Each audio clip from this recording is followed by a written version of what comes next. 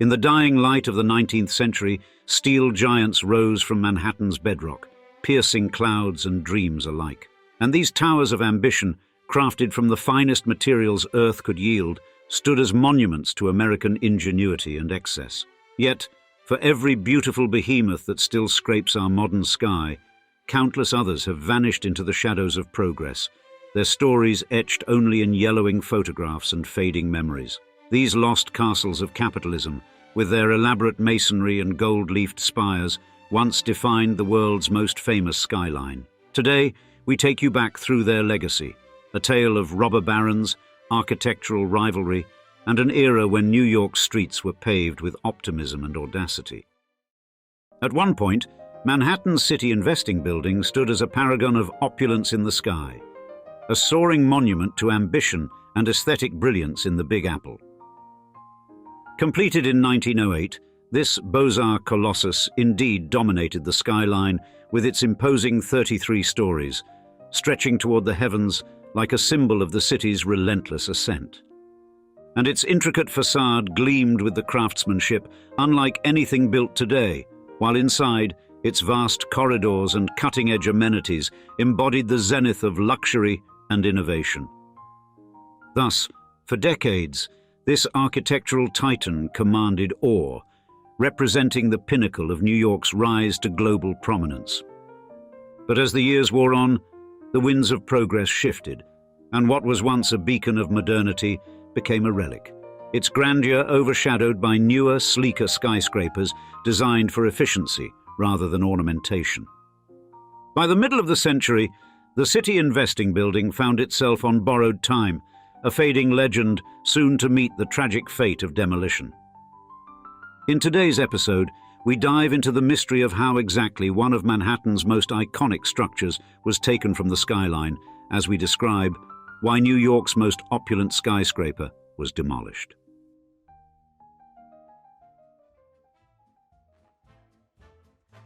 Now, to begin, let us first give you a lay of the land and the sky with regard to the development of architecture that would lead to such grandiose buildings. You see, the race to build skyscrapers in early 20th century America was an exhilarating period of innovation, ambition, and fierce rivalry, particularly between New York City and Chicago. And this skyscraper race wasn't just about constructing tall buildings, it was about cities flexing their architectural muscles, fueled by economic growth, urbanization, and the desire to claim the sky. But it all began in the late 19th century when Chicago took the lead with the construction of the Home Insurance Building in 1885. Often considered the world's first skyscraper, its steel-frame structure unlocked new possibilities, allowing buildings to soar to previously unimaginable heights. Yet, as the competition heated up, New York City quickly took center stage, driven by its booming financial sector and the limited land available on Manhattan Island. And by the 1890s, New York had embraced skyscrapers as a symbol of its modern, unstoppable progress. The skyline began to evolve rapidly with the rise of towering structures like the World Building and the Park Row Building, the latter holding the title of the world's tallest building from 1899 until 1908. These early skyscrapers were made possible by groundbreaking innovations like steel construction, elevators, and electric lighting, forever changing the city's horizon. Then, at the turn of the 20th century, New York City experienced a surge in skyscraper construction, and its population had exploded, growing from 1.2 million in 1880 to over 3.4 million by 1900. And this skyrocketing demand for space gave rise to buildings that not only solved practical problems, but also embodied the city's relentless ambition. Thus, iconic structures like the Flatiron Building, the Singer Tower, and the Metropolitan Life Insurance Company Tower sprang up during this time, each pushing the limits of engineering while showcasing a range of architectural styles. Indeed, these skyscrapers weren't just buildings. They were statements of power, innovation, and the eclectic tastes of a rapidly modernizing era. Yet, this vertical rush didn't come without its challenges.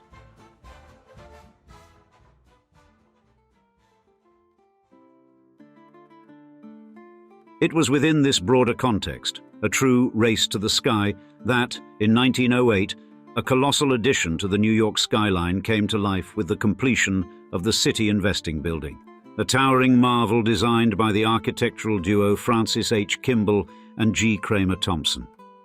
Commissioned by the City Investing Company under the leadership of Robert E. Dowling, this project wasn't just another drop in the bucket. It was a $10 million enterprise that etched its place in the annals of early 20th century architecture, making it one of the most ambitious private building ventures in New York City's burgeoning metropolis. Now, architect Francis H. Kimball, a name synonymous with architectural innovation, brought his distinctive flair to the City Investing Building. Born in 1845 in Kennebunk, Maine, Kimball cut his teeth in the world of architecture in England before setting up shop in New York City. With a career that began alongside Thomas Weisdell, yielding creations like the Casino Theatre on Broadway, Kimball quickly established himself as a leading figure in skyscraper design. Then, when Weisdell passed away in 1884, Kimball struck out on his own, later joining forces with G. Kramer Thompson in 1892, a partnership that would yield some of the era's most iconic structures. And Kimball's work was characterized by his masterful use of terracotta ornamentation and a skillful blend of historical styles. Indeed, his resume boasted significant contributions to New York's architectural landscape, including the Empire Building and the Manhattan Life Insurance Building. The latter, once the city's tallest, highlighted Kimball's pioneering use of steel frame construction, a technique that allowed structures to reach unprecedented heights while maintaining intricate ornamental facades. Therefore, the City Investing Building stood as a towering example of Kimball's architectural genius and the sheer ambition of its developers. Soaring to 486 feet with 33 stories, it wasn't just a building, it was a statement. And at its heart was a grand arcade stretching from Broadway to Church Street, serviced by 21 plunger elevators, an essential feature for the bustling offices within. The building's foundation, reaching down 80 feet to bedrock via caissons, supported its nearly 500-foot height, allowing it to house some of the largest corporations of the time. Occupying an entire city block, the City Investing Building wasn't just known for its height, but also for its sprawling footprint, offering more floor space than many of its contemporaries. Designed in the opulent Beaux-Arts style, the building's exterior was a study in contrasts. The base, clad in light stone, gave way to a shaft and capital adorned in white brick and terracotta, with porcelain and enamel brick reducing cleaning needs, an innovative touch that kept its facade pristine. And if you were to step inside, the luxury would only intensify. Marble floors, intricate woodwork, and opulent finishes were standard fare, reflecting the affluence of its tenants. The building's structural prowess was equally impressive, featuring a steel frame, concrete slab floors, and terracotta arches. With 9.1 million bricks, 25,000 lighting fixtures, and 3,000 short tons of terracotta, the City Investing Building was a material masterpiece. Plus, marble abounded, with £8.1 million used throughout, and 21.8 million mosaic cubes added a touch of artistic grandeur. Yet, its design wasn't just about aesthetics. Practicality played a role too.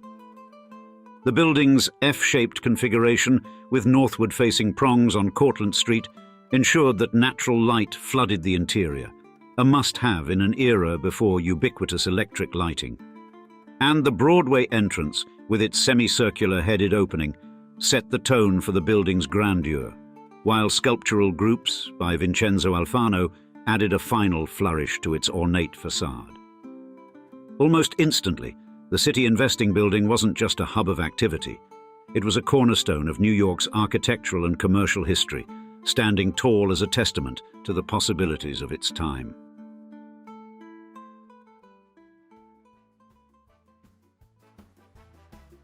Now, between the 1920s and 1950s, New York City evolved into a beacon for corporations and businesses, drawing them to its shores like a magnet attracting iron filings. And right in the thick of this buzz was the City Investing Building, a commercial hive that stood tall, reflecting the economic pulse of the era. Additionally, the design of the City Investing Building captured the architectural zeitgeist of the period, flaunting a steel frame construction that reached for the skies and offered expansive floor plans. As previously mentioned, skyscrapers during this time weren't merely places to work, they were grand symbols of modernity, standing as vertical declarations of progress and ambition. And Manhattan, surrounding the City Investing Building, was also in the midst of a metamorphosis. The Roaring Twenties were more than just a catchy moniker. They were a period of explosive growth and change for New York City. The skyline was being redrawn, one iconic skyscraper at a time. Among these architectural marvels were the Chrysler Building and the Empire State Building, structures that didn't just scrape the sky, but carved out New York's identity as a city on the rise. The Chrysler Building, with its gleaming terraced crown and metallic ornamentation, became the poster child of the Art Deco style when it was completed in 1930. But its reign as the world's tallest was short-lived, as the Empire State Building swiftly eclipsed it in 1931. While the Empire State Building was a taller structure, it also symbolized something greater: New York City's unyielding resilience and aspiration, especially significant given its completion during the throes of the Great Depression. As the years ticked by and the city kept expanding, the architectural landscape saw yet another evolution with the emergence of the international style in the mid-20th century. This style was a stark departure from the ornate. It embraced simplicity, function, and a no-frills approach to design. For example, the Seagram Building, which graced the skyline in 1958, became the paragon of this new aesthetic. Designed by Ludwig Mies van der Rohe and Philip Johnson, the Seagram Building's bronze facade and open plaza set a new bar for modern skyscrapers, influencing countless buildings that came after.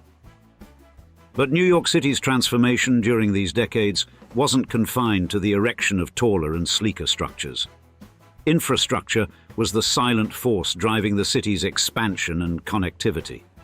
The subway system, which began its expansion in the early 20th century, played a pivotal role in linking the city's diverse neighborhoods, making it easier for people to move around and encouraging the development of commercial and residential areas far beyond the crowded heart of Lower Manhattan.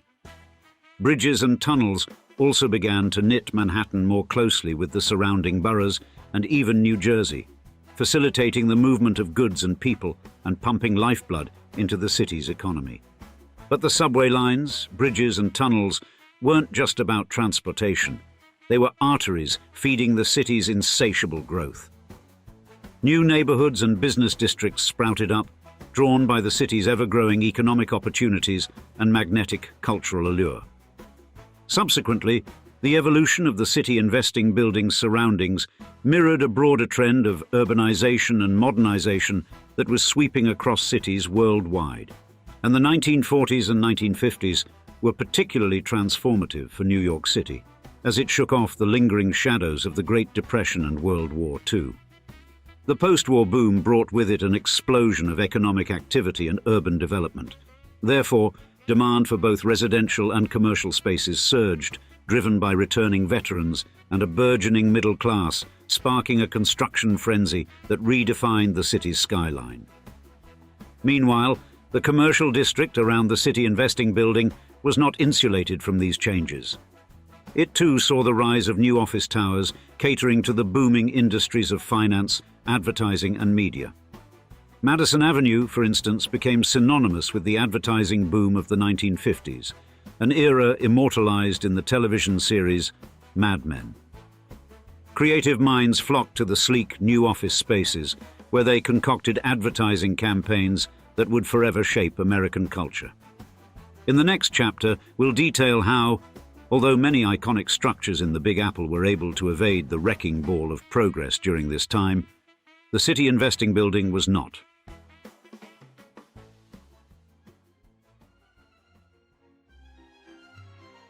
By the swinging 60s, the prime piece of Manhattan real estate beneath the City Investing Building had become a golden goose, while the building itself began showing its age. And the skyscraper, once a shining beacon of early 20th century opulence and cutting-edge design, was no longer the darling of the architectural world. With time, its charm faded as newer, sleeker high-rises emerged, designed with an eye for efficiency, boasting floor plans that made the City Investing Building look more like an eccentric relic than a coveted address. And while the City Investing Building was an architectural marvel of its time, a structure with a distinctive F-shaped footprint that ensured it stood out in the concrete jungle, this very design, paradoxically once praised for its uniqueness, became its Achilles heel. You see, the quirky layout led to irregular floor spaces, a puzzling labyrinth that modern tenants found less than desirable. Therefore, in an era that increasingly prized open plans and streamlined functionality, the building's eccentric charm was, unfortunately, a deal-breaker. By the mid-20th century, the City Investing Building's fortunes had decidedly turned. The once iconic landmark was now viewed as an artifact from a bygone era, charming but impractical.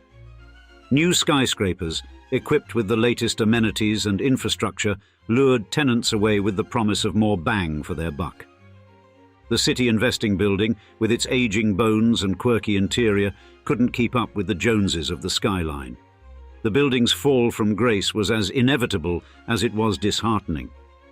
The inevitable came to pass in 1968, when the decision was made to demolish the City Investing Building, erasing it from the cityscape less than 60 years after its grand opening. The rationale for this drastic measure was clear-cut, a mix of economic pragmatism and the relentless march of modernity. And the building, despite its grandeur, had become a maintenance nightmare. The elaborate design that had once been its selling point now required constant, costly upkeep, a burden that no longer seemed worth bearing. Moreover, the value of the land had skyrocketed. Manhattan's real estate was hotter than ever, and the economics of the day favored new, cutting-edge developments over the upkeep of historic relics. Consequently, the City Investing Building, with its outdated design and spiraling maintenance costs, simply couldn't compete with the new breed of skyscrapers springing up in the city.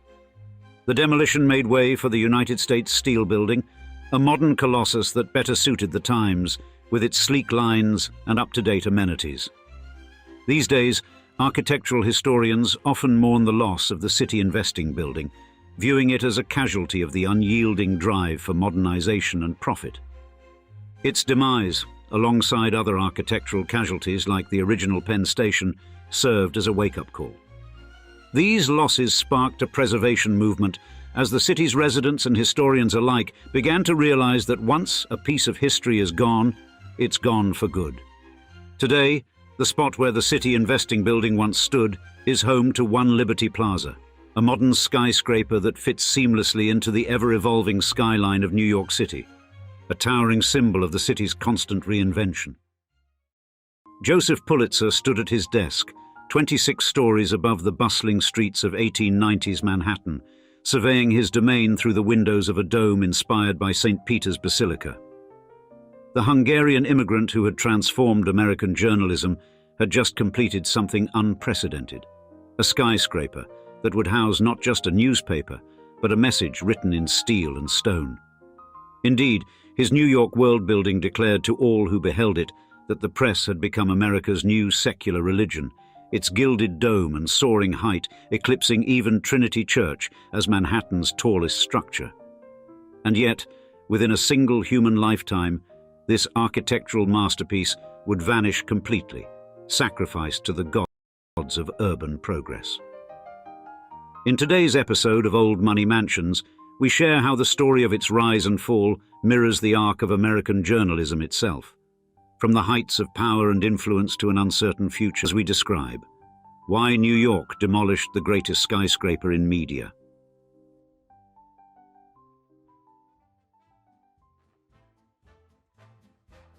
The late 19th century marked a transformative period in American journalism, as newspaper empires rose to unprecedented heights of power and influence.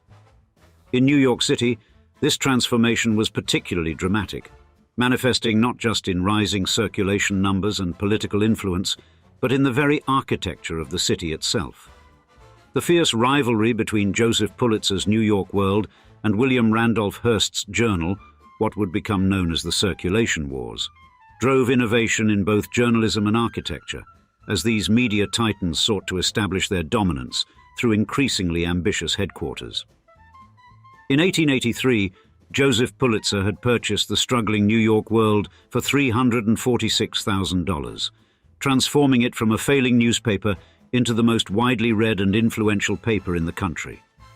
His success demonstrated the growing power of the press in American life, and by 1889, Pulitzer was ready to commission a headquarters that would reflect this new reality.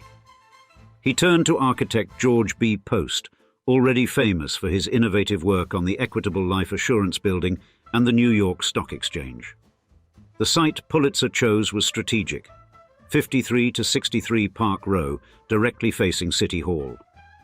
This location placed his newspaper at the literal and metaphorical center of New York's political life, in the heart of what was then known as Newspaper Row.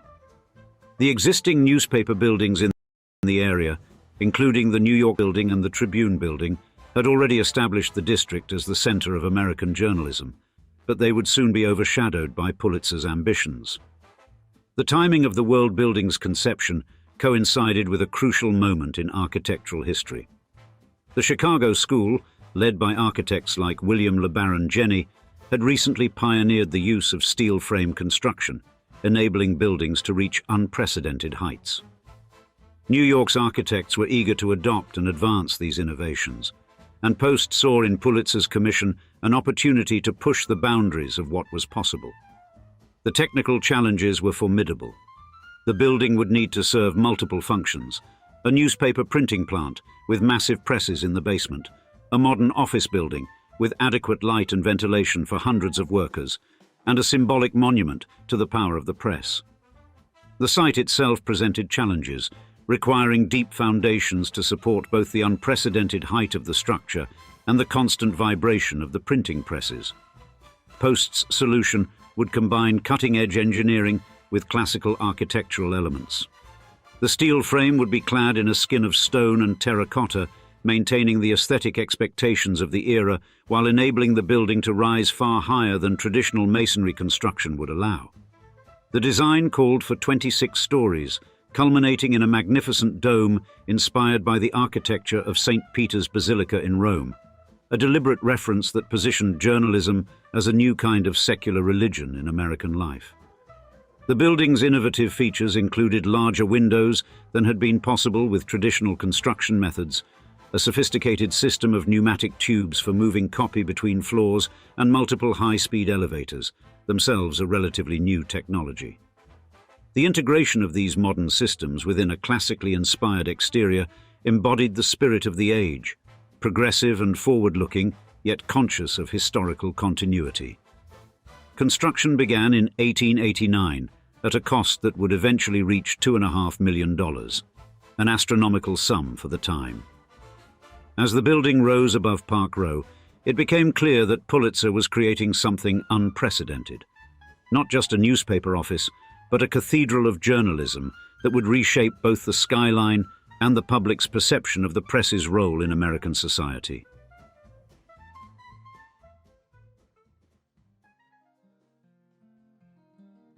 When the New York World Building opened its doors in December 1890, it marked a defining moment in architectural history. The structure rose to 309 feet at its lantern top, with its spire reaching an impressive 350 feet, 110 meters, into the Manhattan sky. While it was undoubtedly the tallest building in New York City at its completion, surpassing Trinity Church's 284-foot spire, claims of it being the world's tallest building remain a matter of historical debate.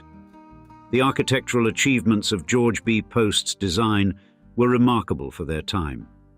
The building utilized a steel skeleton construction, employing the innovative Phoenix column system that enabled both its soaring height and larger window openings than traditional masonry construction would allow.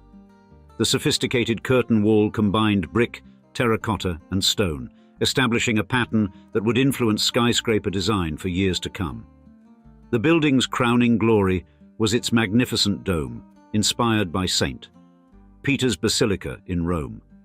Measuring 52 feet in diameter and rising through 3 stories, it was topped with a gilded figure of Minerva, the Roman goddess of wisdom. This statue stood as a powerful symbol of the press's role in society, while the dome itself became an instantly recognizable landmark on the New York skyline. Joseph Pulitzer chose to place his private office suite within the dome structure, providing him with commanding views of City Hall, the Brooklyn Bridge, and the bustling streets of Lower Manhattan. This physical positioning of the publisher's office at the building's summit served as a powerful metaphor for the press's role as society's watchdog. The building's foundations extended deep below street level to bedrock, necessary to support both the unprecedented height of the structure and the weight of the newspaper's printing operations. The World Building represented a remarkable fusion of practical newspaper production facility and symbolic architectural statement. Its printing presses operated in the basement, while above, hundreds of journalists, editors, and support staff worked to produce one of the nation's most influential newspapers. The World Building stood as more than just an office structure. It was a physical manifestation of the growing power and influence of the American press. Its location facing City Hall placed it at the literal center of New York's political life, while its soaring height and dramatic architecture announced the arrival of newspapers as major institutions in American society. This innovative building demonstrated that a skyscraper could serve both as a practical commercial structure and as a powerful symbolic statement. The World Building's marriage of cutting-edge construction techniques with dramatic architectural design established new possibilities for what a corporate headquarters could be, influencing the development of commercial architecture for decades to follow. The success of Post's design lay in its ability to meet the complex demands of a modern newspaper operation while creating an architectural landmark that captured the public's imagination. The building stood as a symbol of both the technological progress and the cultural ambitions of its era, embodying the spirit of innovation and grandeur that characterized America's first great age of skyscraper construction.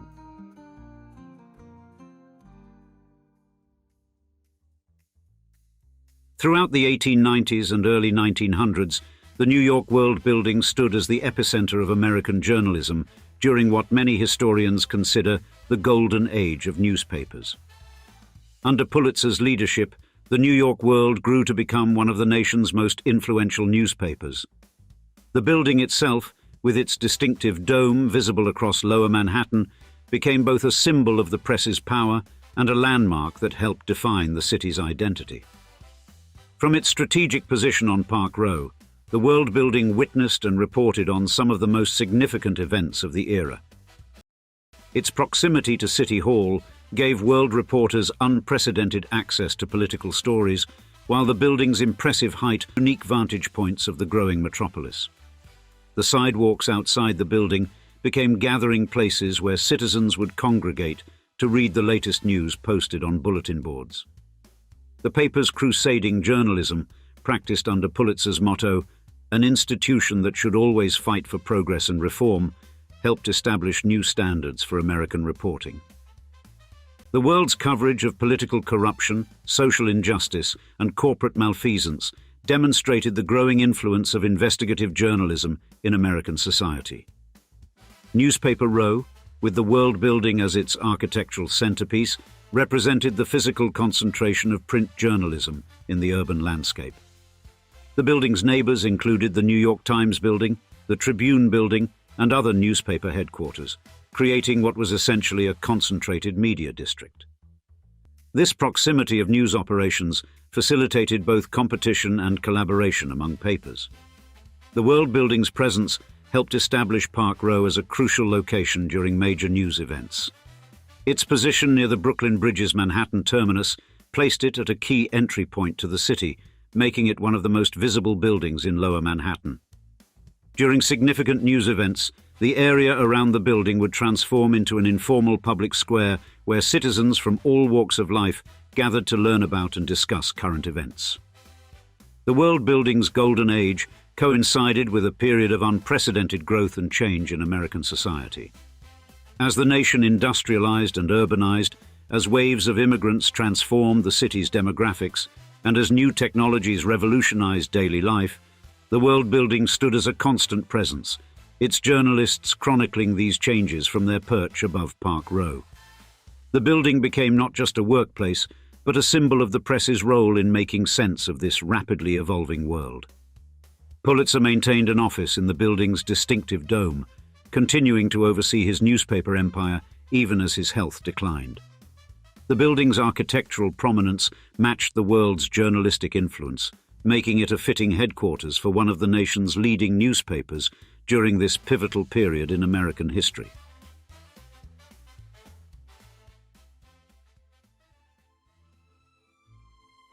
The World Building's fortunes began to shift dramatically in the 1920s.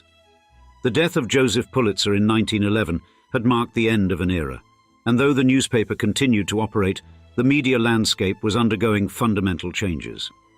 The rise of radio news began competing with print media, while improvements in transportation and communication technology meant newspapers no longer needed to cluster around City Hall for rapid access to breaking news. Among the building's notable tenants during this period was Nat Strong, a significant figure in Negro League baseball, who maintained an office in the building from 1900 until his death in 1935. Strong's long-term presence in the building represented a connection to an important chapter in American sports history. The Great Depression dealt a devastating blow to the New York world. After several years of financial struggles, the paper ceased publication in 1931. The merger with the Evening Telegram to create the New York World Telegram marked the end of the World Building's role as the world's headquarters.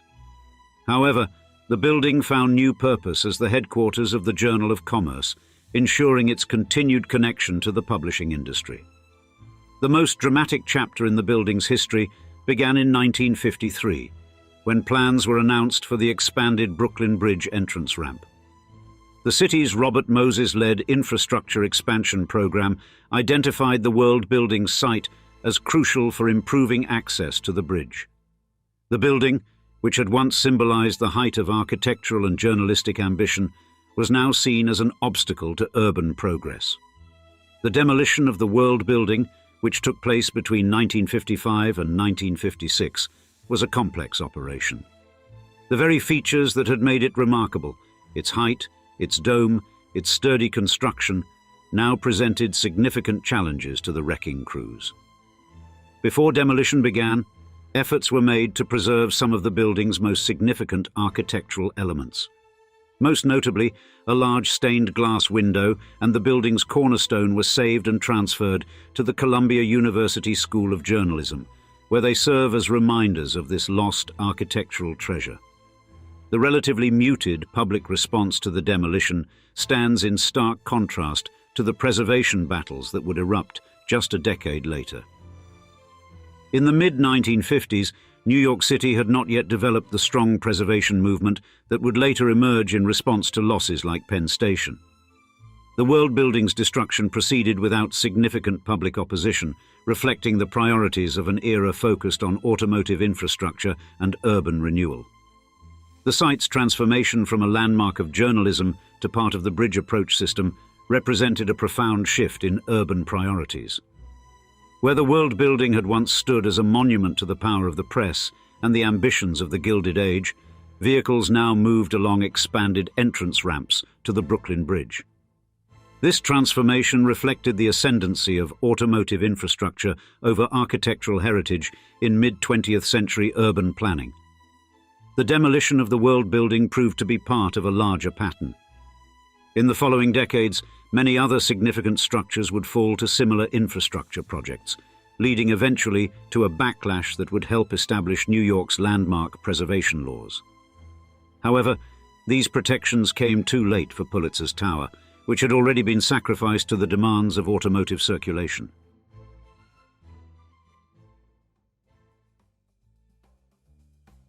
The destruction of the World Building exemplifies a pivotal moment in New York's urban development history.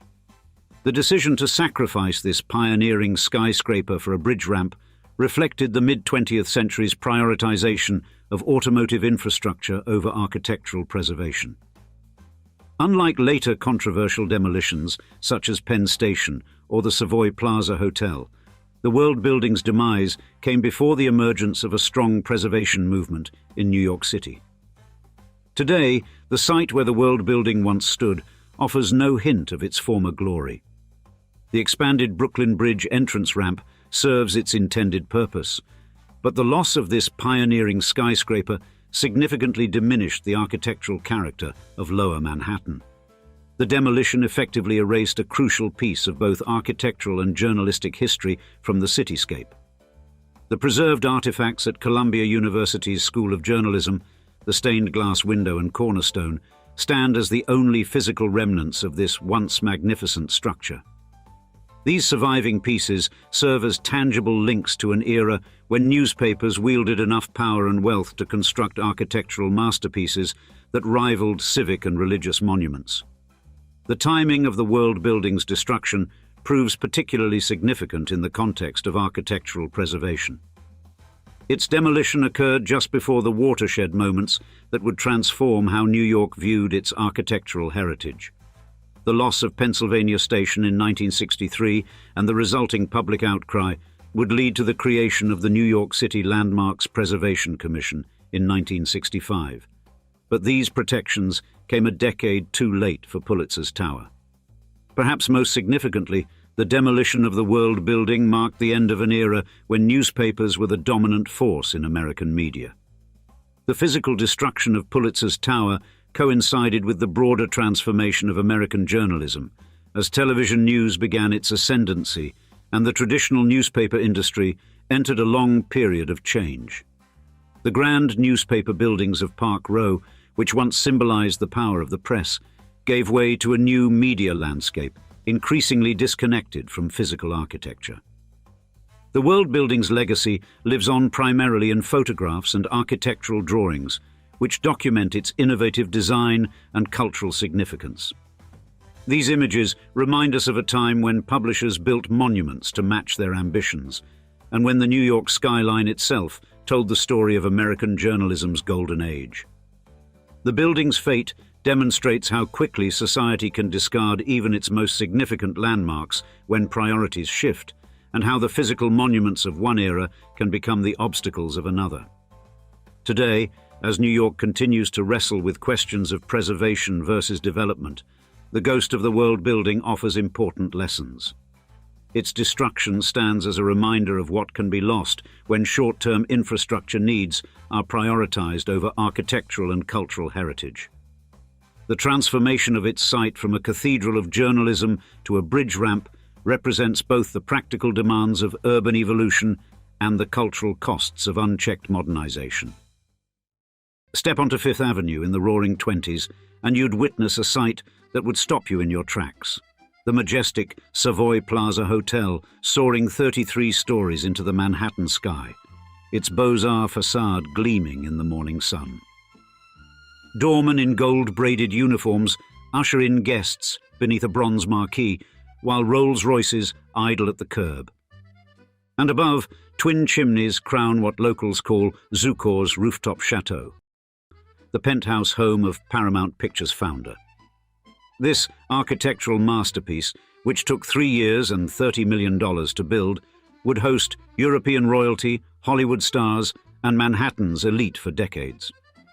Yet today, if you stand at that same prestigious corner where Fifth Avenue meets Central Park South, you'll find no trace of this grand hotel. Thus, in today's episode, we'll explain how the Savoy Plaza vanished of the 20th century, showing how the story of its rise and fall mirrors New York's complex relationship with progress, as we describe. Why New York's most luxurious Gilded Age skyscraper hotel was destroyed.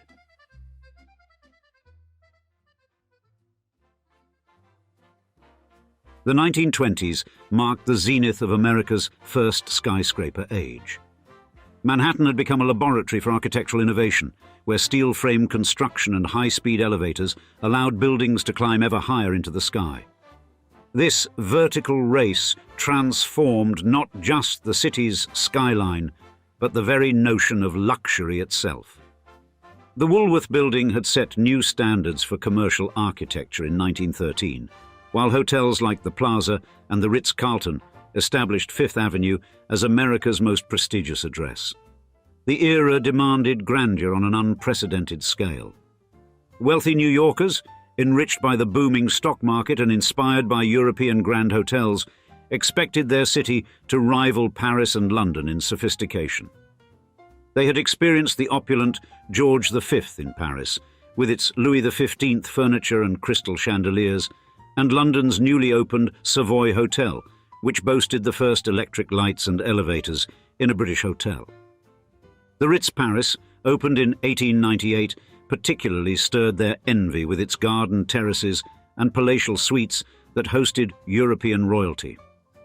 The surviving hotels from the previous century, despite their elegance, were increasingly seen as relics of a more modest age. The Fifth Avenue Hotel, once considered the height of luxury with its steam heating and passenger elevator, now seemed quaint. The Astor House, despite its marble columns and grand dining room, lacked modern amenities. Even the prestigious Windsor Hotel's shared bathrooms and gas lighting marked it as belonging to a bygone era. Modern travellers demanded private bathrooms, telephones, and the latest innovations in comfort and convenience, including climate control and in-room dining services. The architectural firm McKim, Mead and White understood these evolving expectations perfectly. By 1927, they had established themselves as America's preeminent architects, having designed not only Pennsylvania Station and the original Pennsylvania Hotel, but also the Boston Public Library, the University Club, and the Harvard Club. Their mastery of the Beaux-Arts style, learned at Paris's École des Beaux-Arts, combined with their innovative approach to modern amenities, made them the natural choice for a prestigious new hotel project. Their designs married European classical traditions with modern American engineering, creating spaces that felt both timeless and thoroughly contemporary. When they were commissioned to design a new hotel at Fifth Avenue and 59th Street, they knew it had to be extraordinary. The site itself demanded something spectacular. Facing Central Park at its most famous corner, the location represented the intersection of old money and New York's commercial future. The Plaza Hotel across the street had set a high standard for luxury when it opened 1907.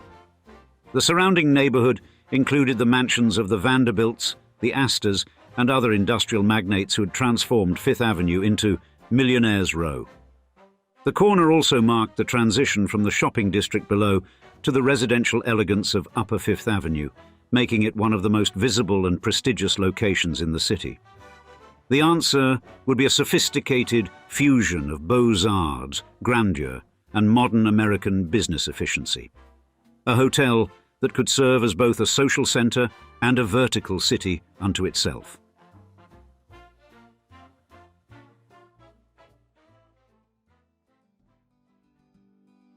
In the heart of Manhattan, where Fifth Avenue meets Central Park, once stood a monument to America's gilded dreams.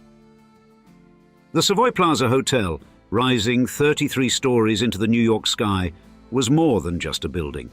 It was a symbol of an era when architecture dared to touch the clouds and luxury knew no bounds. On the 1st of October 1907, as autumn painted Central Park in golden hues, the Savoy Plaza opened its doors for the first time. At a staggering cost of $30 million, a fortune in those days, this masterpiece of stone and steel had replaced its predecessor, the Savoy Hotel. The original Savoy, which had served New York's elite since 1892, was itself a grand 12-story hotel that had helped establish this corner of Manhattan as a destination for luxury and sophistication. The architectural firm McKim, Mead and White, already legendary for their work across America, had outdone themselves. Their creation soared 420 feet above Fifth Avenue, its innovative engineering pushing the boundaries of what seemed possible. The Beaux-Arts style, with its classical proportions and elegant details, spoke of European grandeur filtered through American ambition. Every carved stone, every gleaming window, every graceful curve declared that New York had arrived on the world stage. The Savoy Plaza claimed one of the most coveted views in all of Manhattan, standing proudly alongside its neighbor, the Plaza Hotel. From its windows, guests gazed out over the emerald expanse of Central Park, watching the seasons change across the treetops while living in unparalleled splendor. At the very top of this urban palace, a unique feature set tongues wagging across Manhattan society. The distinctive double chimneys and slanted roof formed what became known as Zukor's Rooftop Chateau, the penthouse home of Paramount Pictures founder Adolph Zukor and his wife. From this prestigious perch, the Zukors hosted Hollywood royalty, bridging the worlds of New York society and the burgeoning film industry. The Savoy Plaza quickly established itself as New York's premier stage for high society. Through its revolving doors passed European nobility, Hollywood stars, and industrial titans. The hotel's restaurants and ballrooms became legendary. The Café Lounge hosted society weddings, while the intimate Savoy Room attracted the city's power brokers. By the 1930s, the building stood as a symbol of America's rise to global prominence, rivaling the grandest European establishments in sophistication and style. During World War II, the hotel adapted to serve a changing clientele. While maintaining its luxury standards, the Savoy Plaza welcomed military officers and government officials, becoming a crucial meeting point for wartime planning and diplomacy. The hotel's endurance during these years only enhanced its reputation as a New York institution. The post-war era brought new challenges. The rise of air travel changed travel patterns, while newer hotels offered modern amenities that appealed to changing tastes. Despite these pressures, the Savoy Plaza initially maintained its position through strategic updates and its unmatched location. Recognizing the need to modernize, Hilton Hotels acquired the property in January 1957 through a stock exchange with Savoy Plaza, Inc. The following year brought significant changes. The traditional Red Coach Inn was replaced by the fashionable Trader Vic's restaurant, bringing Polynesian cuisine and exotic cocktails to Fifth Avenue. In late 1958, the hotel was renamed the Savoy Hilton, marking the complete merger with Hilton Hotels Corporation. Throughout these transitions, the building remained a symbol of an era when New York architecture dared to be both beautiful and bold. Its Beaux-Arts facade continued to command attention at its prestigious corner, even as the city around it embraced modernism.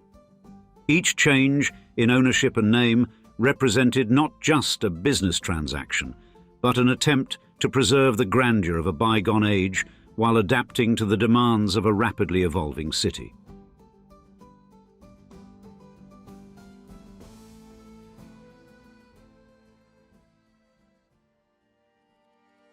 The final chapter of the Savoy Plaza's story began quietly on the 31st of December 1958 with a corporate merger. The hotel became the Savoy Hilton, joining Conrad Hilton's growing empire of luxury properties. The name change marked more than just new ownership. It signaled the beginning of a tumultuous period that would ultimately lead to the building's destruction. The hotel's fate accelerated through a dizzying series of transactions. In May 1962, Hilton sold the property to Webb and Knapp, Inc. for $25 million, but the ink had barely dried on that deal before Webb and Knapp spun off most of their interest. By November of that same year, British commercial property investments held a two-thirds stake, with London Merchant Securities controlling the remaining third.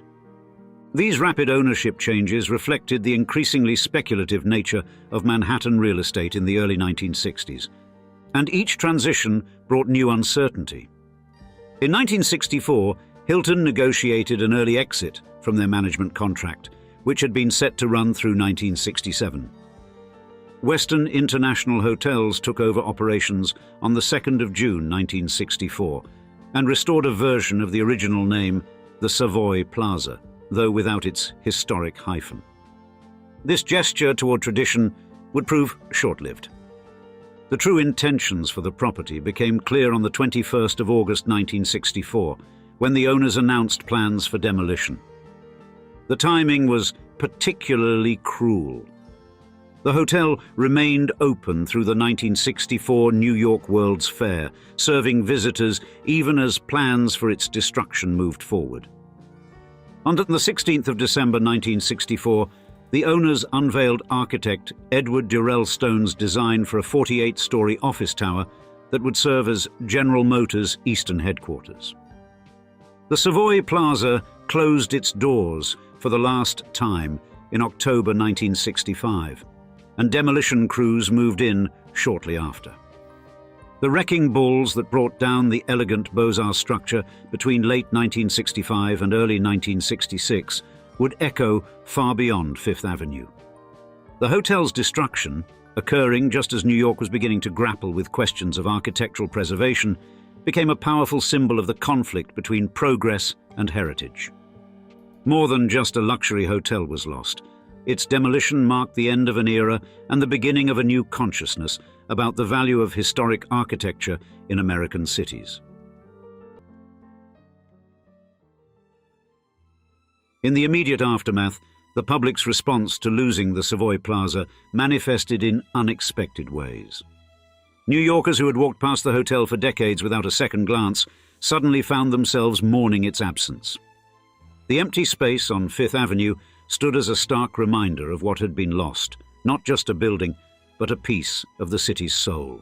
Letters flooded local newspapers with writers expressing regret that they hadn't fought harder to save the landmark. The timing proved critically important. Just months before the hotel's destruction, Mayor Robert Wagner had signed the New York City Landmarks Law, creating the Landmarks Preservation Commission. While this came too late for the Savoy-Plaza, the hotel's loss added urgency to the Commission's work. Within its first year, the LPC designated hundreds of buildings for protection, representing a dramatic shift in how the city valued its architectural heritage. The preservation movement gained momentum, powered by a new understanding that progress didn't necessarily mean destroying the past. Developers who had once freely demolished historic buildings now faced public scrutiny and legal hurdles. The Savoy-Plaza became a cautionary tale, frequently cited in debates over proposed demolitions. Remember the Savoy became a preservationist battle cry. Perhaps most significantly, the hotel's destruction helped change public perception about the value of historic architecture. New Yorkers began to see their old buildings not as impediments to progress, but as irreplaceable cultural assets. The argument that had failed to save the Savoy-Plaza, that architectural heritage had intrinsic worth beyond mere dollars and cents, began to resonate with both citizens and civic leaders. The impact rippled far beyond New York. Cities across America studied the Savoy-Plaza case as they developed their own preservation laws. Preservation groups sprang up nationwide, often explicitly modeling their tactics on the battles fought over the hotel. The message was clear. Once these architectural treasures were gone, they were gone forever. The site today, occupied by the General Motors building, tells its own story about changing urban priorities. While the modernist tower serves its intended purpose as a corporate headquarters, many architects and historians argue that Manhattan lost something irreplaceable in the bargain. The sleek efficiency of the GM building, they contend, could never match the Savoy-Plaza's elegant witness to a more gracious era. Looking back, preservation experts now view the Savoy-Plaza's destruction as a necessary sacrifice that ultimately served a greater good. Its loss helped establish the legal framework and public support necessary to protect countless other buildings. The hotel's demolition marked the end of an era when New York's architectural heritage could be destroyed without consequence or consideration. Today, the Landmarks Preservation Commission oversees more than 37,000 protected buildings in New York City. Each time the Commission meets to consider a new designation, the ghost of the Savoy-Plaza hovers in the background. Its absence continues to inform discussions about balancing progress with preservation, development with heritage. The legacy of the Savoy-Plaza extends into current debates over architectural preservation. When contemporary developers propose demolishing historic buildings, preservationists can point to concrete examples of what can be lost. The hotel's destruction helped establish the principle that architectural heritage belongs not just to property owners, but to the city and its citizens. As New York faces new challenges in the 21st century, the lessons of the Savoy Plaza remain relevant. The hotel's story reminds us that cities must constantly balance growth with preservation, innovation with tradition. Its loss taught New York and America that progress needn't come at the expense of history, and that a city's character resides in its architectural heritage as much as in its new developments. The Savoy-Plaza Hotel, though long gone, thus achieved a kind of immortality. Its physical presence lasted less than 4 decades, but its influence on historic preservation continues to shape the face of American cities today. In its absence, it taught New York an invaluable lesson about the true cost of progress. Let's place you in a time machine and take you back to turn-of-the-century New York City, before the Empire State Building, the Chrysler, or even the Woolworth Building. When you arrive, you would find yourself standing amidst a whirlwind of progress, where horse-drawn carriages jostle with streetcars on cobblestone roads, and gentlemen in top hats and morning coats stroll alongside ladies adorned in elaborate gowns and parasols. But one look up into the sky and you would see not only the tallest building in the city, but at its completion, the tallest building in the world, the majestic Singer Building. Completed in 1908, this architectural marvel soared to 612 feet, its elegant Beaux-Arts design crowned by a slender tower that seemed to pierce the clouds. It was the pride of the city, a beacon of ambition and modernity. Indeed, for many years, the Singer Building stood as a crown jewel of the city's skyline, admired by locals and visitors alike. But despite its towering elegance, the Singer Building's reign was not to last. As the decades passed and the city evolved, newer and taller skyscrapers emerged, casting the once mighty Singer into their shadows, and in 1968, a shocking decision that would resonate through architectural history was made. The Singer Building would be demolished, becoming the tallest building ever to be intentionally destroyed. In today's episode, we'll describe its epic rise and fall, literally, unpacking the story of how the world's tallest skyscraper came to vanish from the skyline it once ruled, as we describe why the tallest building in the world was demolished.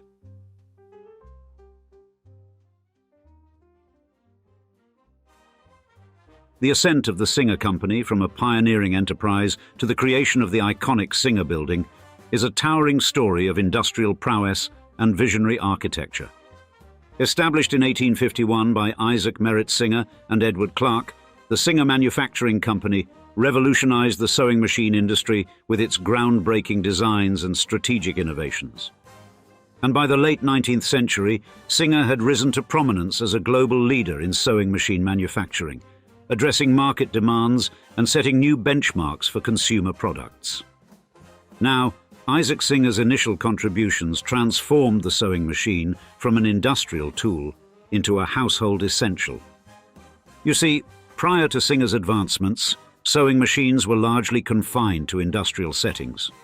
But Singer introduced critical enhancements, including the eye-pointed needle and the lock stitch, which rendered these machines suitable for domestic use. And this innovation unlocked a new market, leading to a surge in demand as sewing machines became a staple in homes across the globe. Furthermore, the success of Singer's enterprise was as much a result of strategic marketing as it was of technological progress. The introduction of installment payment plans revolutionized the purchase process, making the machines more accessible to a wider audience. And this pioneering approach helped Singer secure a dominant position in the market.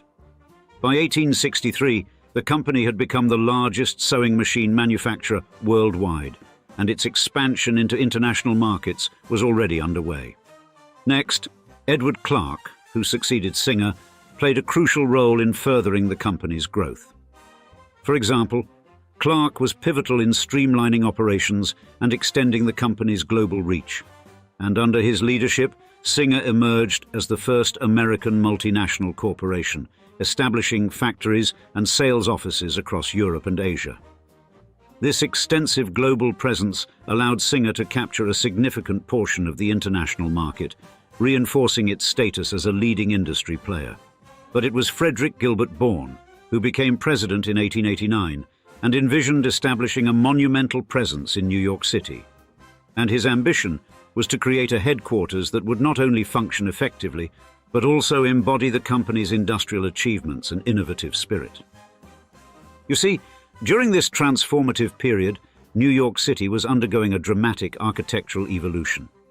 And the late 19th and early 20th centuries marked the advent of the skyscraper era, fueled by innovations in steel frame construction and the safety elevator. These advancements enabled architects to design taller and more ambitious structures, reshaping the city's skyline. Consequently, notable figures such as Louis Sullivan, often celebrated as the father of skyscrapers, pioneered steel frame construction, influencing architects like Daniel Burnham. For instance, Burnham's iconic Flatiron Building, completed in 1902, stands as an icon of this era of architectural innovation. Thus, the Singer Building's development was a significant chapter in this architectural evolution. The project commenced with the construction of a 10-story building at 149 Broadway between 1897 and 1898, followed by the adjacent 14-story Bourne Building on Liberty Street in the year 1898. These structures laid the foundation for the Singer Tower, which soared an additional 27 stories, resulting in a total height of 41 stories. Completed in 1908, the Singer Building reached 612 feet, or 187 meters, making it the tallest building in the world at the time and a striking symbol of architectural progress. It held this title of tallest building in the world until a year later in 1909, when it was surpassed by the Metropolitan Life Insurance Company Tower. But it was in the building's brilliance of design, led by Vanderbilt family relative and architect Ernest Flagg, that the structure really stood out. In the next chapter, we'll meet him and discuss the peak of the Singer Building.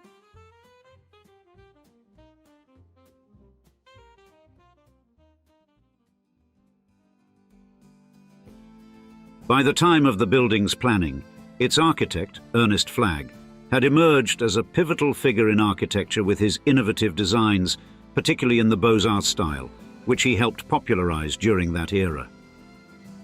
Born on the 6th of February 1857 in Brooklyn, New York, Flagg's early exposure to the arts came through his father, Jared Bradley Flagg, an Episcopal priest and painter who infused Ernest's formative years with artistic inspiration.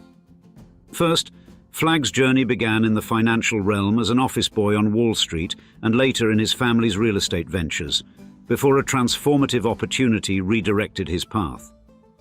Now Flagg's architectural destiny was shaped by his cousin, none other than Cornelius Vanderbilt II, who recognized his talent and financed his education at the École des Beaux-Arts in Paris from 1889 to 1891. And this prestigious institution, the heart of the Beaux-Arts movement, imbued Flagg with a deep appreciation for classical Greek and Roman influences, as well as Renaissance and Baroque embellishments. Thus, during this era, architects like Henri Labrouste and Charles Garnier began integrating medieval and Renaissance architectural models, striving to create a style that was both authentically French and modern. This style soon spread to the United States, where it became synonymous with the American Renaissance movement. But other American architects, including Richard Morris Hunt and Henry Hobson Richardson, who had also studied at the École des Beaux-Arts, were additionally instrumental in introducing and popularizing this architectural language in America. Soon, in the United States, the Beaux-Arts style became synonymous with grandeur and civic pride, frequently employed in public and institutional buildings such as museums, libraries, and government offices, as well as grand private residences. And the style's emphasis on symmetry, classical detailing, and monumental scale suited the ambitions of the Gilded Age perfectly. Moreover, the world's Columbian Exposition in Chicago in 1893 showcased Beaux-Arts architecture, cementing its status as an embodiment of both corporate success and civic dignity. Therefore, Ernest Flagg, influenced by his education at the École des Beaux-Arts, emerged as a leading figure in this new monumental style of American architecture, with Flagg's designs embodying the Beaux-Arts principles. Now, the Singer Building, a triumph of artistic expression, featured a facade that transformed it into a monumental work of art rather than just an office building. Its base, extending 12 stories, was designed to blend harmoniously with the surrounding urban fabric, mimicking the appearance of a townhouse to maintain architectural continuity. This strategic approach set the stage for the dramatic ascent of the tower above, enhancing the building's presence in the skyline. And the tower, rising impressively, featured setbacks that made the upper floors narrower than the base. This design innovation not only contributed to the building's striking silhouette, but also allowed more light and air to reach the streets below, a critical consideration in the dense environment of early 20th century Manhattan. Nonetheless, these setbacks presented practical challenges, as the narrower upper floors limited commercial viability, eventually contributing to the building's eventual demolition. Inside, the Singer Building dazzled with its opulent interior. The lobby, clad in Turkish white marble, was adorned with meticulously carved shields and gold leaves from Italian marble. This luxurious ambiance was complemented by bronze medallions depicting symbols of the Singer Company's legacy. And the office floors of the base were painted in pristine white, symbolizing modernity and cleanliness, while the tower floors featured olive green paint and intricate metal detailing, distinguishing the different sections of the building. Technological advancements were a hallmark of the Singer Building. It boasted 16 electric elevators, a cutting-edge feature for efficient vertical transportation, and a sophisticated thermostatic heating system for precise climate control. Ingeniously, the building drew water directly from the city's treatment plant, ensuring a reliable and clean supply. Yet, even with all of these advances, soon the modern 20th century would come calling, leading the Singer Building in harm's way.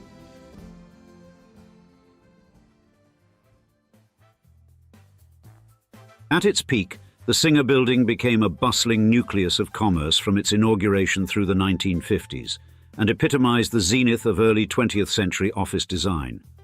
Occupying a prime location at Liberty Street and Broadway, the Singer Building quickly became an attractive address for various businesses, and the original 10-story structure, prior to the addition of its iconic tower, featured lower floors that attracted banks and prestigious firms seeking an enviable presence in Manhattan's financial district. Indeed, this strategic positioning contributed to its allure, offering businesses a notable address amid the energetic environment of the city. And as the building evolved, so did its architectural and functional elements. The 1920s witnessed a thoughtful renovation aimed at preserving many of its initial decorative features while adapting to the changing needs of its tenants. This period also maintained the opulence and character of the early design, aligning with the era's emphasis on elaborate office environments. The subsequent decades ushered in notable shifts in office design philosophy. For example, the 1930s and 1940s saw a gradual transition influenced by the economic realities of the Great Depression and World War II. During this era, the Taylorist office layout, which prioritized efficiency akin to factory production, remained predominant. However, the influence of architects like Frank Lloyd Wright began to surface, introducing elements such as biomimicry and open-plan designs that sought to enhance work environments. These designs aimed to foster more comfortable and inspiring spaces while maintaining a hierarchical structure. Consequently, by the late 1950s, the Singer Building faced growing challenges. Its facilities began to fall behind contemporary office standards, reflecting the broader shifts in architectural and functional requirements. And the post-war era, marked by a surge in office construction featuring steel and glass, introduced the open-plan layout that encouraged greater collaboration and communication among employees. The bullpen configuration emerged as a popular design, characterized by expansive open spaces that facilitated teamwork. This period also saw the rise of mid-century modern furniture, focusing on practicality and streamlined aesthetics. Therefore, despite its earlier prestige, the Singer Building struggled to adapt to these new demands. Its narrow upper floors, though visually striking, proved inadequate for the space requirements of modern businesses. Moreover, the building's infrastructure, including outdated mechanical systems and amenities, fell short of the advanced features offered by newer office buildings. The lack of air conditioning and improved lighting further exacerbated the decline in tenant occupancy. Then, the 1960s marked a significant shift in the real estate landscape of New York City. The demand for office space surged, but the Singer Building's design inefficiencies rendered it commercially obsolete. The era's architectural zeitgeist favored functionality and space maximization, overshadowing the ornate design elements of previous generations. And this transition reflected a broader urban renewal trend, where modernist ideals increasingly replaced older, more decorative styles. As skyscrapers that prioritized aesthetic appeal became less viable, the real estate market shifted towards structures that could accommodate more tenants and generate greater revenue. The Singer Building, despite its historical significance and architectural splendor, could not compete with the evolving demands of Manhattan's corporate environment, sowing the seeds for its future destruction.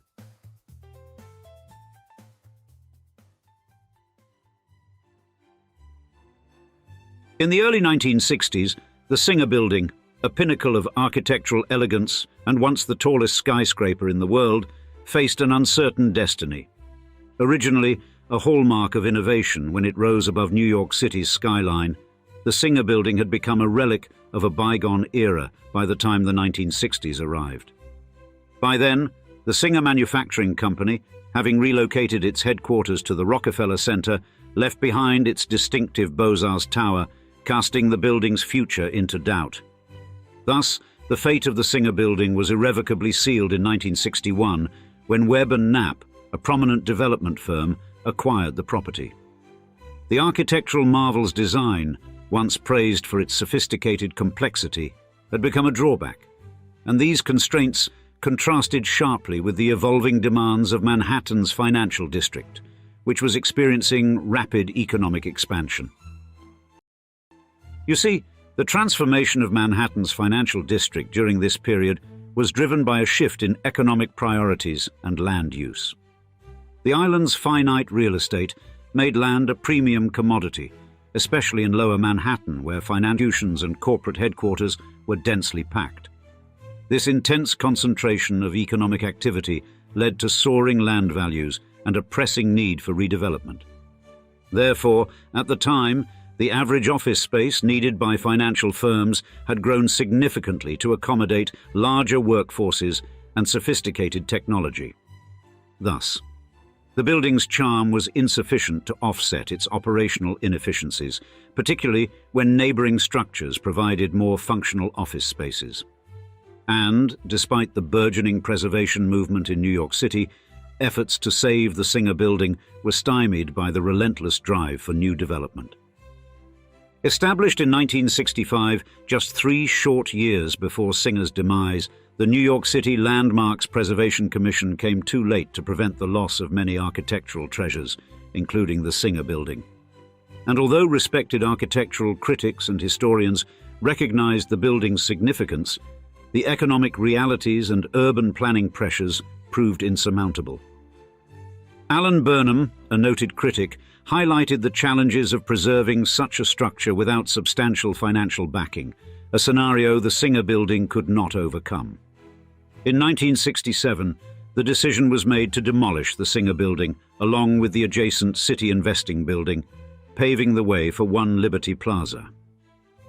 Shockingly, the Singer Building's demolition, completed in 1968, was notable as the largest intentional dismantling of its time. Now, One Liberty Plaza, completed in 1973 and designed by Skidmore, Owings and Merrill, starkly contrasted with the ornate Singer Building. This modernist structure, with its imposing black steel facade and expansive floor plates, embodied the era's focus on efficiency and functionality. And the new skyscraper, with 54 stories and 2.3 million square feet of office space, reflected the priorities of New York's burgeoning financial sector, though it came at the cost of the city's architectural heritage. The legacy of the Singer Building endures as a symbol of the ongoing tension between preservation and progress. Its demolition remains a poignant example of the sacrifices made in the name of modernization, a reminder of the delicate balance between honoring the past and embracing the future. The year was 1909, and Manhattan's financial district was about to witness an act that would have been unthinkable just a decade earlier. The Gillender Building, a technological marvel that had pioneered the art of building tall on tiny plots, was sold for a price that made headlines across the nation: $822 per square foot, a figure that would equal millions in today's money. And yet, it wasn't the sale that shocked New Yorkers. It was the buyer's intentions. You see, new owner Bankers Trust wasn't interested in the building's elegant design or its modern amenities. In fact, they had purchased this 13-year-old skyscraper for the sole purpose of tearing it down. In today's episode, we'll tell the full backstory, detailing how this decision would mark a watershed moment in architectural history as we describe. Why New York demolished its first Gilded Age skyscraper.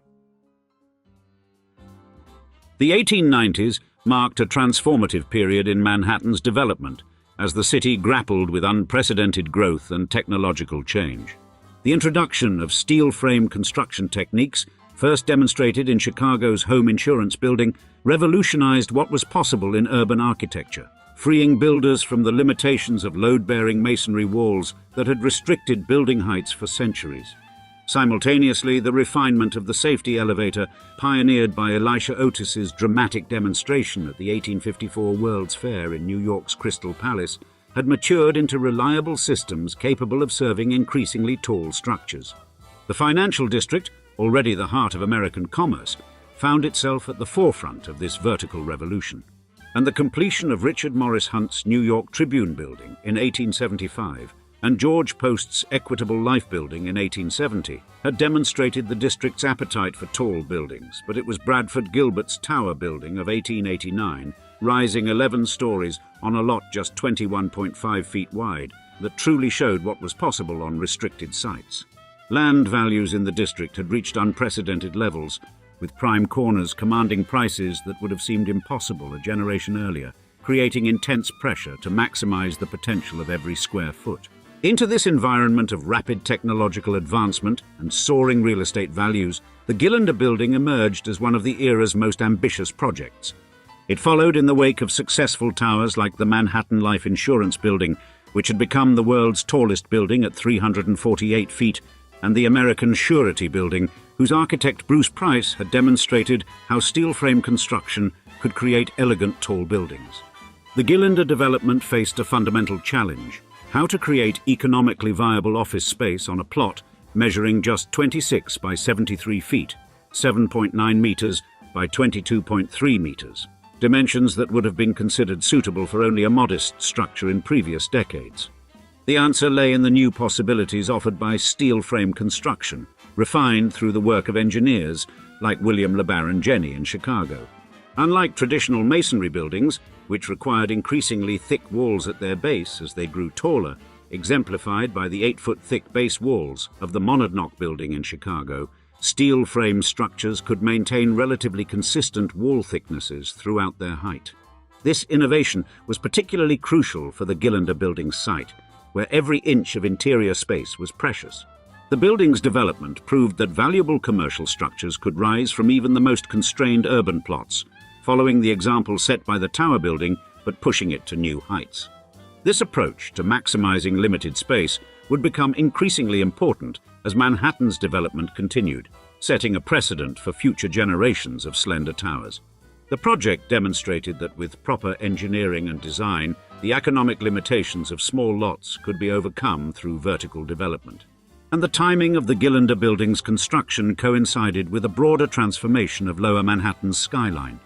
As the financial sector boomed in the wake of the merger movement of the 1890s, banks and insurance companies sought to establish prominent architectural presences in the district. The resulting competition for height and visibility drove innovation in building techniques and design, with each new project pushing the boundaries of what was considered possible. The architectural partnership of Charles I. Berg and Edward H. Clark approached the Gillender Building's design with a clear understanding of the unique challenges posed by the site. And Berg, already known for his work on the Chemical National Bank building and the Manhattan Athletic Club, brought significant commercial experience to the project. Their solution would need to maximize usable floor space while creating a structure that could withstand the physical forces acting on such a tall, slender building. The project's execution required careful coordination between the architects. Consulting engineer Henry Post, who had worked on several early skyscrapers including the American Tract Society building, and general contractor Charles T. Wills, whose firm would later construct the Metropolitan Life North building. The resulting structure rose to 273 feet, incorporating 20 stories, a height that placed it among New York City's tallest buildings at the time of its completion, alongside George Post's St. Paul building and Kimball and Thompson's Manhattan Life Insurance building. The main building contained 17 floors of office space, with 3 additional stories housed within an ornate cupola that crowned the structure.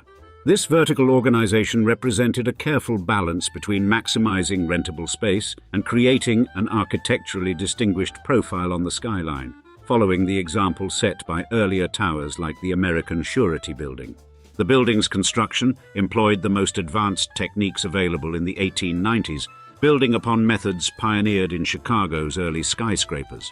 The steel framework, essential for achieving such height on a restricted footprint, required precise engineering calculations to ensure stability against wind loads, a particular concern given the building's unusual height-to-width ratio. Each beam and column had to be carefully sized and positioned to support the structure while maintaining maximum usable interior space, using techniques refined from Bradford Gilbert's Tower building, which had demonstrated the viability of steel cage construction on narrow lots. The exterior walls, freed from their traditional load-bearing role by the steel frame, as first demonstrated in the home insurance building, could be relatively thin throughout the building's height. This allowed for larger windows than would have been possible in a masonry structure like the earlier Potter building, providing essential natural light to the narrow floor plates. The architects wrapped the steel skeleton in a combination of facing materials, including limestone and terracotta, materials that had proven their durability on earlier skyscrapers like the Guarantee building in Buffalo. The building's vertical circulation system had to be carefully planned to serve all floors efficiently while taking up minimal space on the already constrained floor plates. Drawing lessons from the success of the Pulitzer building and other contemporary towers, the architects incorporated multiple high-speed elevators, essential for maintaining reasonable wait times for tenants and visitors in an era when elevator technology was still evolving. At the time of its completion, the Gillender Building represented one of the most advanced examples of high-rise construction techniques, incorporating lessons learned from a decade of skyscraper development in both New York and Chicago. Its presence among New York City's tallest structures demonstrated that significant height could be achieved even on extremely limited plots, providing a model for future development in crowded urban areas and influencing designs like the later Flatiron Building. During its brief 13-year lifespan, the Gillender Building stood as one of the most prominent addresses in New York's financial district. Its location at the intersection of Wall and Nassau Streets placed it at the very heart of American finance, sharing the block with J.P. Morgan & Co. its headquarters at 23 Wall Street, known as the Corner, and sitting diagonal to the New York Stock Exchange. The Sub-Treasury Building, now Federal Hall, stood directly across Nassau Street, while the imposing Bankers Trust Building rose nearby at 14 Wall Street. The building's position within the financial district reflected the area's intense concentration of economic power during the early 20th century. By 1900, Wall Street had become not just the center of New York's financial world, but the nucleus of American capitalism itself. The presence of institutions like the House of Morgan, which orchestrated major industrial consolidations including U.S. Steel's formation in 1901, drew other financial firms to the area. The National City Bank, now Citibank, operated from 52 Wall Street, while the First National Bank occupied its Renaissance Palazzo-style building at 2 Wall Street. Every major bank, brokerage house, and financial services firm sought to establish a presence in this compact neighborhood, driving property values to unprecedented heights. The Gillender Building's efficient use of its constrained site demonstrated the economic potential of vertical development in dense urban areas, following the example set by the Mills Building and the Equitable Life Building, which had first proven the viability of large-scale office buildings. Its successful operation proved that even the smallest lots could be transformed into valuable office space through innovative design and engineering. The building's presence on such a prominent corner served as a daily reminder of how steel frame construction was transforming the possibilities for urban development, much as the nearby American Surety Building and Manhattan Life Insurance Building had done. The building's narrow floor plates, while challenging from a layout perspective, offered tenants something increasingly valuable in the crowded financial district: access to natural light and air. Traditional large footprint buildings like the Mills Building often left interior offices dark and poorly ventilated, but the Gillender Building's slender profile meant that most spaces had windows and external views. This advantage was particularly notable given the growing awareness of office working conditions following the 1890 publication of Jacob Riis's How the Other Half Lives and subsequent reform movements. During the first decade of the 20th century, the building witnessed a period of extraordinary economic growth and transformation in American finance. The merger wave that created many of today's major financial institutions was in full swing, exemplified by the 1908 merger of First National Bank and National City Bank. The Panic of 1907, which began at the nearby Knickerbocker Trust Company and led to J.P. Morgan's famous interventions from his offices across the street, demonstrated both the district's vulnerabilities and its central importance to American finance. The demand for premium office space in the financial district continued to intensify, driven by the expansion of firms like Bankers Trust Company, founded in 1903 specifically to serve the growing number of banks in the area. The building's brief existence coincided with a crucial period in New York's development, as the city cemented its position as the world's financial capital. Between the Gillender's completion in 1897 and its demolition in 1910, Lower Manhattan saw the rise of numerous significant structures, including the Trinity Building, the U.S. Realty Building, and the Singer Building, at the time the world's tallest building.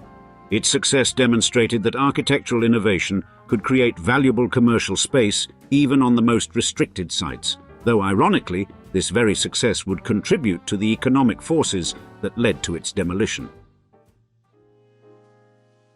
In December 1909, the announcement of the Gillender Building sale sent shockwaves through New York's real estate community. Bankers Trust's purchase price of $822 per square foot set a new record for Manhattan real estate, surpassing even the recent high-profile transactions like the $700 per square foot paid for the Equitable Life Building site in 1908. The price was particularly stunning given that the building was barely a dozen years old and still functioning as modern office space, equipped with amenities similar to those in newer buildings like the Singer Tower and the Metropolitan Life Tower. The decision to demolish such a recent structure marked a turning point in New York's architectural history. While the replacement of older buildings was common, exemplified by the 1908 demolition of the original Grand Central Terminal, the Gillender Building was the first modern steel-frame skyscraper to face the wrecking ball. Its demolition, carried out between April and June 1910, demonstrated that even the most advanced buildings could be considered temporary in the face of economic pressure. This stood in stark contrast to the prevailing belief that steel frame construction, as championed by buildings like Adler and Sullivan's Guarantee Building in Buffalo, represented a permanent transformation of the urban landscape. The decision reflected the rapidly changing nature of corporate America. The financial sector's consolidation wave had created institutions that required far more space than the modest floor plates of 1890s skyscrapers could provide. Bankers Trust itself, founded in 1903, had grown from a specialized bank serving other financial institutions into a major force requiring significant space. The company's decision to demolish the Gillender Building paralleled similar moves by other financial giants, such as the Metropolitan Life Insurance Company's replacement of the Dr. Parkhurst Church with its landmark tower in 1909. The 3-month demolition process attracted considerable attention from both the public and the engineering community. Thompson Starrett Company, the demolition contractor, faced unprecedented challenges in safely dismantling a steel frame structure of this height. The company had recently completed the demolition of John Jacob Astor's Hotel Waldorf Astoria to make way for the Empire State Building, but the Gillender's steel frame presented unique challenges. Engineers from other construction firms, including Fuller Construction, builders of the Flatiron Building, and George A. Fuller Company, visited the site to study the demolition techniques. The process required innovative safety measures to protect neighboring structures like J.P. Morgan's headquarters at 23 Wall Street and the bustling stock exchange. The methodical dismantling of the building's steel skeleton, which had to be carried out without the benefit of modern crane technology, provided valuable lessons that would inform future projects like the 1920s demolition of the Singer Building. The replacement structure, the 39-story Bankers Trust Building, now 14 Wall Street, exemplified the new approach to commercial architecture.